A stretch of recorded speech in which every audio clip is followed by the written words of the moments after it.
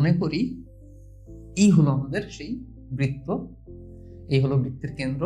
ও এবার আমরা যদি এই যে পুরো পরিধির অর্ধেক পরিধির সমান একটা চাপ কেটে নিই, ধরি সেই চাপের নাম এবি চাপ, তাহলে এই যে চাপটা আমরা এ পাশ থেকেও দেখতে পারি বা এ পাশ থেকেও দেখতে পারি, এই যে চাপটা, এই চাপটাকে আমরা বলবো অর্ধ পরিধিস্থ চাপ।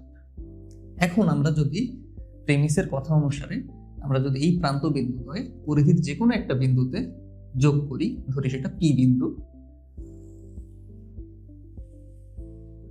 তাহলে এই যে কোণটা উৎপন্ন হলো এটা হলো অর্ধবৃত্তস্থ কোণ।